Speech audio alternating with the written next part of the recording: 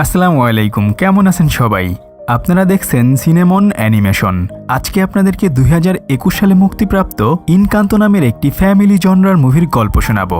এমন একটা পরিবার থাকে যেই পরিবারের প্রত্যেকটা মানুষেরই এক একটা জাদুকরী ক্ষমতা রয়েছে, কিন্তু এই পরিবারেরই ছোট্ট একটি মেয়ে থাকে যার কোনো ধরনের ঐশ্বরিক ক্ষমতা থাকে না। সেজন্য পরিবারের সবাই তাকে অপয়া বলতে থাকে। কিন্তু একদিন হঠাৎ করে তাদের সবার ক্ষমতা হারিয়ে যায়। এরপরে সবাই মিলে ওই মেয়েটিকেই এর জন্য দায়ী করে। মেয়েটি কি পারবে তাদের পরিবারের আবার সেই ম্যাজিক্যাল পাওয়ার ফিরিয়ে আনতে? আর তারা কিভাবেই বা এই ম্যাজিক্যাল পাওয়ার পেয়েছিল, এসব কিছুই আজকে আপনাদেরকে শোনাবো। ভিডিও শুরু করার আগে আপনাদের কাছে অনুরোধ থাকবে আমাদের চ্যানেলটি সাবস্ক্রাইব করে পাশে থাকা বেল বাটনটিতে ক্লিক করুন। আর হ্যাঁ, ভিডিওটি ভালো লাগলে অবশ্যই লাইক কমেন্ট করতে ভুলবেন না কিন্তু। তো চলুন গল্পটি শুরু করা যাক। কলম্বিয়ায় একটি ম্যাজিক্যাল পরিবার বাস করত। এই পরিবারের প্রত্যেকটি মানুষই কোনো না কোনো ম্যাজিক্যাল পাওয়ার পেয়েছে। এই ছোট্ট মেয়েটির নাম হচ্ছে মিরাবেল। একদিন সে তার নানুকে জিজ্ঞেস করে, আচ্ছা নানু, আমরা কিভাবে এই ম্যাজিক্যাল পাওয়ার পেয়েছি? তখন তার নানু বলে, এই যে মোমবাতিটি দেখছো, আসলে আমরা এটা থেকে আমাদের সমস্ত জাদুকরী ক্ষমতা পেয়েছি। তখন পিচ্চি মিরাবেল তার নানুকে বলে, আচ্ছা নানু, বলো না আমাকে এই জাদুকরী কাহিনী। তার নানু তখন বলে, আজ থেকে প্রায় 50 বছর পূর্বে তোমার নানা আর আমি বিয়ে করেছিলাম।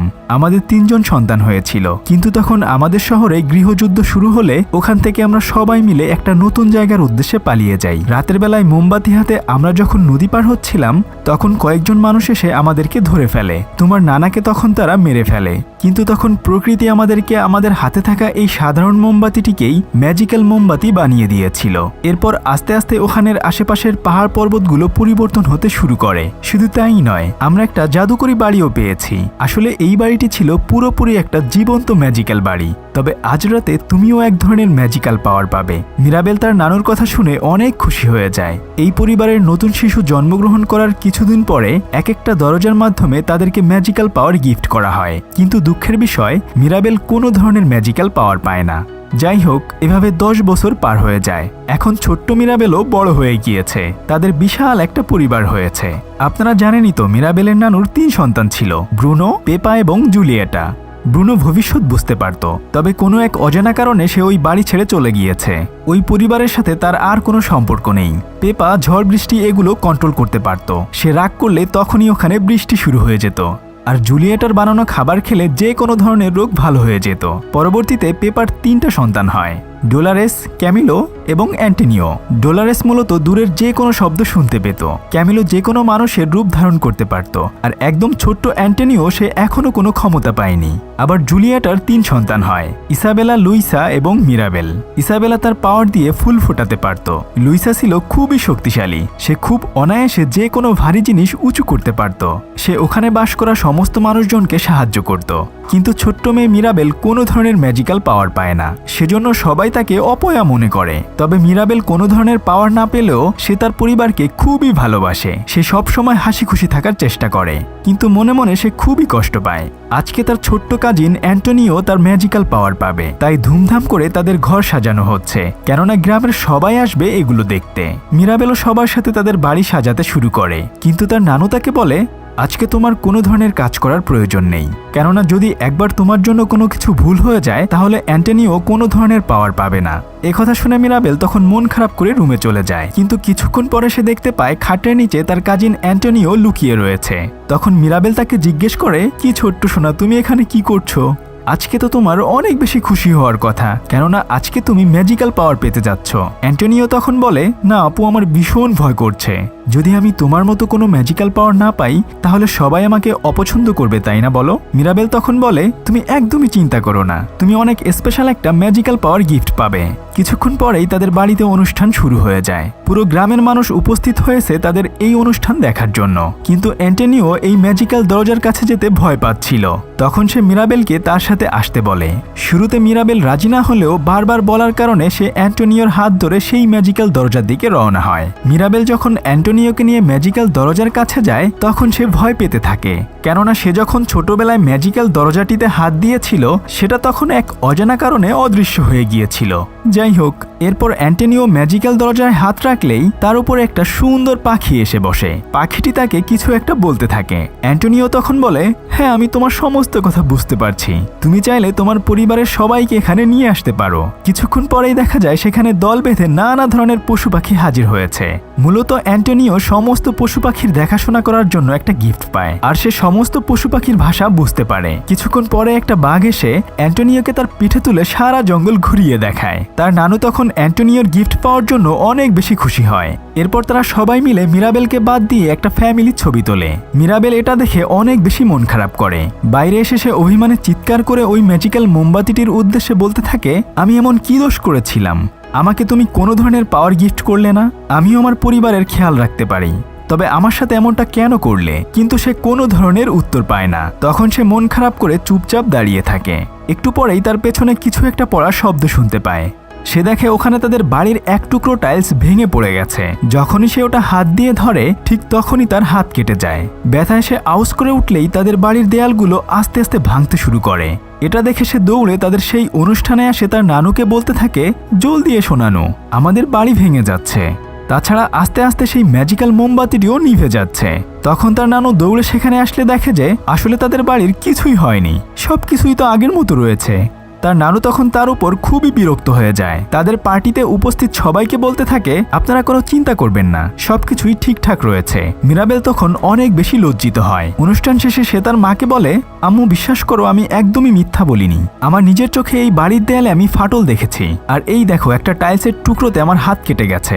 এটা তো কখনো মিথ্যা হতে পারে না, তাই না বলো আম্মু? তখন তার মা তাকে বলে, হয়তো তুমি অনেক বেশি চিন্তিত ছিলে, সেজন্য এমন উল্টাপাল্টা দেখেছ। তোমার ব্রুনো মামাও এমন অদ্ভুত অদ্ভুত জিনিস দেখত, কিন্তু হঠাৎ করেই সে একদিন আমাদের ছেড়ে কোথায় যেন চলে যায়। তুমি এসব নিয়ে চিন্তা করো না, আমি চাই না তুমি আমাদের থেকে কখনো হারিয়ে যাও। মিরাবেল রাতের বেলায় ঘুমিয়ে ঘুমিয়ে দেয়াল ভাঙার সেই মুহূর্তের কথা চিন্তা করতে থাকে। শত চেষ্টা করেও কোনোভাবেই তার ঘুম আসছিল না। তাই সে চুপি চুপি সেই ম্যাজিক্যাল মোমবাতিটির কাছে যায়। কিন্তু জানালার কাছে গেলেই সে দেখতে পায় যে তার নানু তার নানার ছবিটি হাতে নিয়ে আফসোস করে বলছে, সত্যি কি আমাদের এই বাড়িটি ভেঙে যাবে? আবার কি আমরা আমাদের সবকিছু হারিয়ে ফেলবো? তাহলে আমাদের এই পরিবারের কি বা হবে? মিরাবেল তার নানুর এই সব কথাই লুকিয়ে লুকিয়ে শুনছিল। এরপর সে ওই মোমবাতিটির কাছে এসে বলতে থাকে, যেভাবেই হোক না কেন আমি আমার পরিবারকে রক্ষা করব। এরপর সে তার ব্যাগ গুছিয়ে বাইরে বের হওয়ার জন্য রওনা হয়। দরজার কাছে এসে সে মনে মনে চিন্তা করে, সবার আগে ডলোরেসের সাথে এই ব্যাপারে কথা বলতে হবে, কেননা সে দূরের যে কোনো শব্দ শুনতে পেত। প্ল্যান অনুযায়ী সে ডলোরেসের সাথে ব্যাপারটা নিয়ে কথা বলে, কিন্তু কিছুক্ষণ পরে দেখতে পায় যে এটা আসলে তার কাজিন ক্যামিলো। সে আসলে ডলোরেসের রূপ ধরে খাবার চুরি করছিল। যাই হোক, সে এরপর আসল ডলোরেসকে এই কথাগুলো বলে।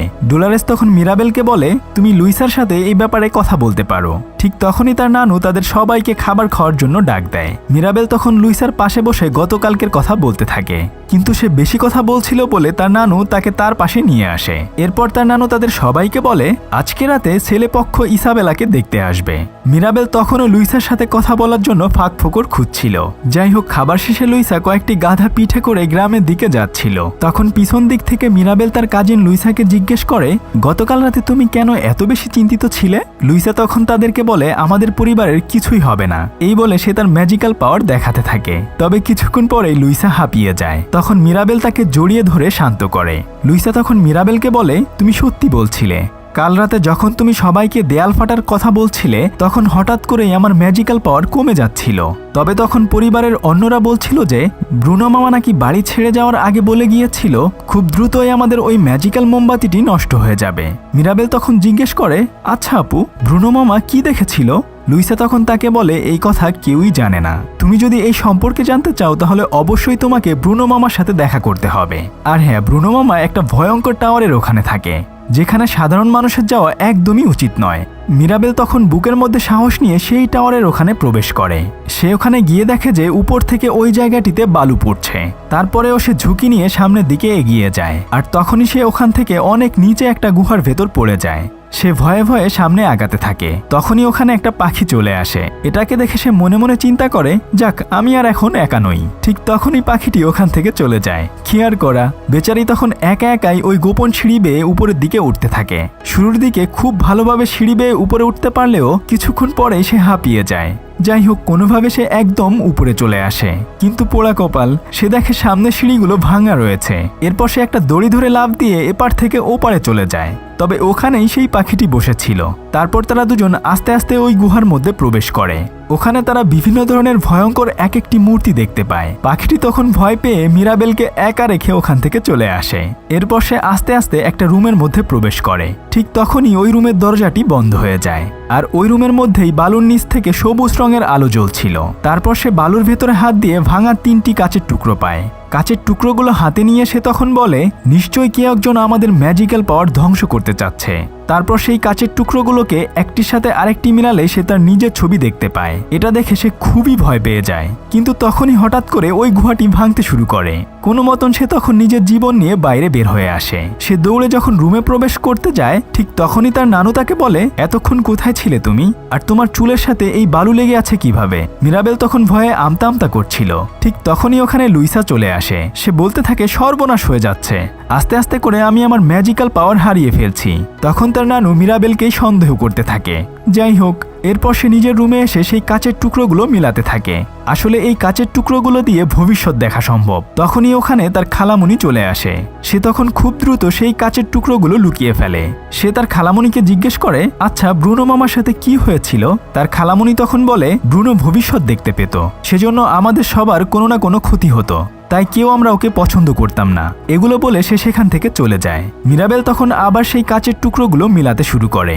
ঠিক তখনই ওখানে তার বাবা চলে আসে। তার বাবা সবকিছু বুঝে যায়। মিরাবেল তখন তার বাবাকে বলে, ব্রুনো মামা নাকি বলেছিল আমার জন্য নাকি এই পরিবারের সবার ম্যাজিক্যাল পাওয়ার চলে যাবে। তার বাবা তখন কাচের টুকরোগুলোকে লুকিয়ে বলতে থাকে, না মা, একথা তুমি কাউকে বলবে না।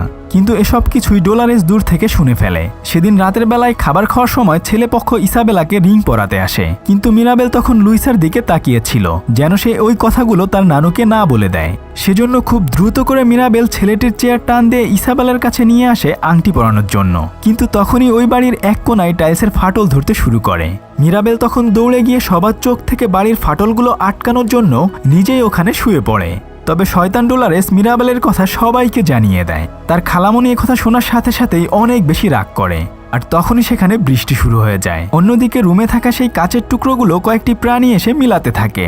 মিরাবেল তখন সেটা লুকাতে গেলেও সেটা সবার সামনে এসে পড়ে। এটা দেখে তার নানু অনেক বেশি রেগে যায়, আর তখন ইসাবেলার বিয়েটি ভেঙে যায়। এরপর সবাই মিলে মিরাবেলকে দোষ দিতে থাকে। সবাই মনে করে ওর জন্যই সবার ম্যাজিক্যাল পাওয়ার কমে যাচ্ছে। কিন্তু কিছুক্ষণ পরে মিরাবেল দেখে যে কয়েকটি ইঁদুর কাচের টুকরোগুলো নিয়ে কোথায় যেন যাচ্ছে। তখন মিরাবেল সেই ইঁদুরগুলোর পিছনে পিছনে যেতে থাকে। আস্তে আস্তে ইঁদুরগুলো তাদের ঘরের পেছনের একটা অপরিষ্কার জায়গার দিকে যাচ্ছে। ঠিক তখনই মিরাবেল দেখে কেউ একজন সেই কাচের একটি টুকরো হাতে নিয়ে দাঁড়িয়ে আছে।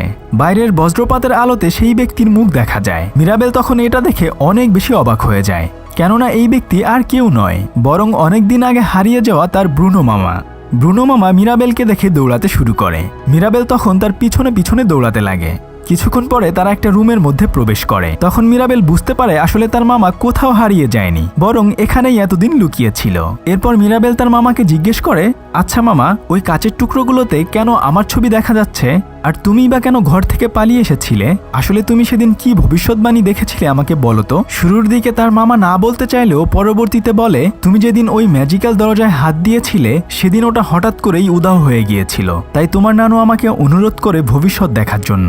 আমি ওই আয়নাতে দেখতে পাই যে ভবিষ্যতে আমাদের সবার জাদু শক্তি চলে যাবে এবং আমাদের ওই বাড়িটিও ভেঙে যাবে। তবে আমি ওই বাড়ির সামনে তোমার ছবি দেখতে পাই। আমি যদি তোমার কথা সবাইকে বলে দিতাম তাহলে সবাই তোমাকে অলক্ষণে মনে করত। তাই সেদিন আমি আমার সেই আয়নাটি ভেঙে ফেলে তোমাকে বাঁচানোর জন্য বাড়ি ছেড়ে চলে যাই। মিরাবেল তখন বলে, আচ্ছা মামা, যাই হোক, তুমি এখন আবার আমার ভবিষ্যৎটা দেখো না। কিন্তু তার মামা একদমই রাজি হয় না। তবে মিরাবেল বারবার অনুরোধ করলে সে তখন বলে, আচ্ছা ঠিক আছে, সেজন্য আমাদেরকে অনেক বড় একটা জায়গার প্রয়োজন। মিরাবেল তখন তার ব্রুনো মামাকে অ্যান্টোনিওর বাগানে নিয়ে যায়, কিন্তু ওদিকে আস্তে আস্তে তাদের বাড়ির দেওয়ালগুলো ভাঙতে শুরু করে। তখন তারা সবাই মনে করে মিরাবেলই এর জন্য দায়ী। এরপর তার নানু তাকে খুঁজতে বের হয়ে যায়। কিন্তু এদিকে মিরাবেল এবং তার মামা দুজন মিলে ভবিষ্যৎ দেখতে থাকে।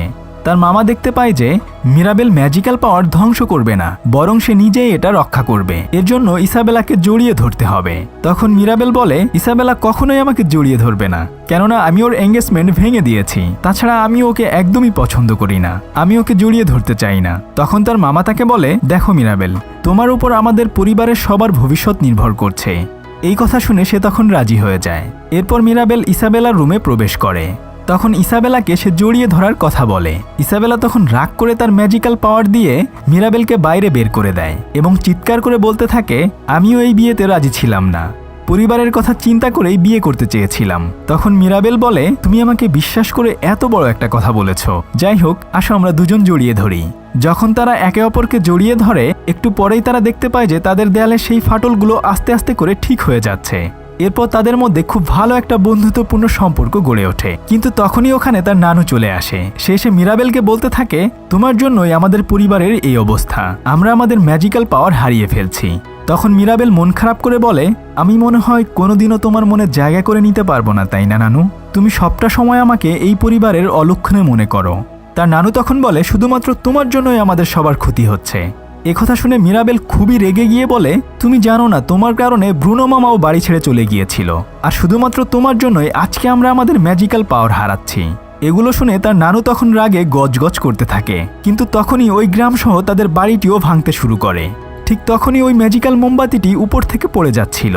সবাই তখন যার যার জাদু শক্তি দিয়ে মোমবাতিটি রক্ষা করতে গেলেও কেউ সেটা করতে পারে না। মিরাবেল তখন ওই ম্যাজিক্যাল মোমবাতিটি রক্ষা করার জন্য মই বেয়ে উপরে উঠতে থাকে।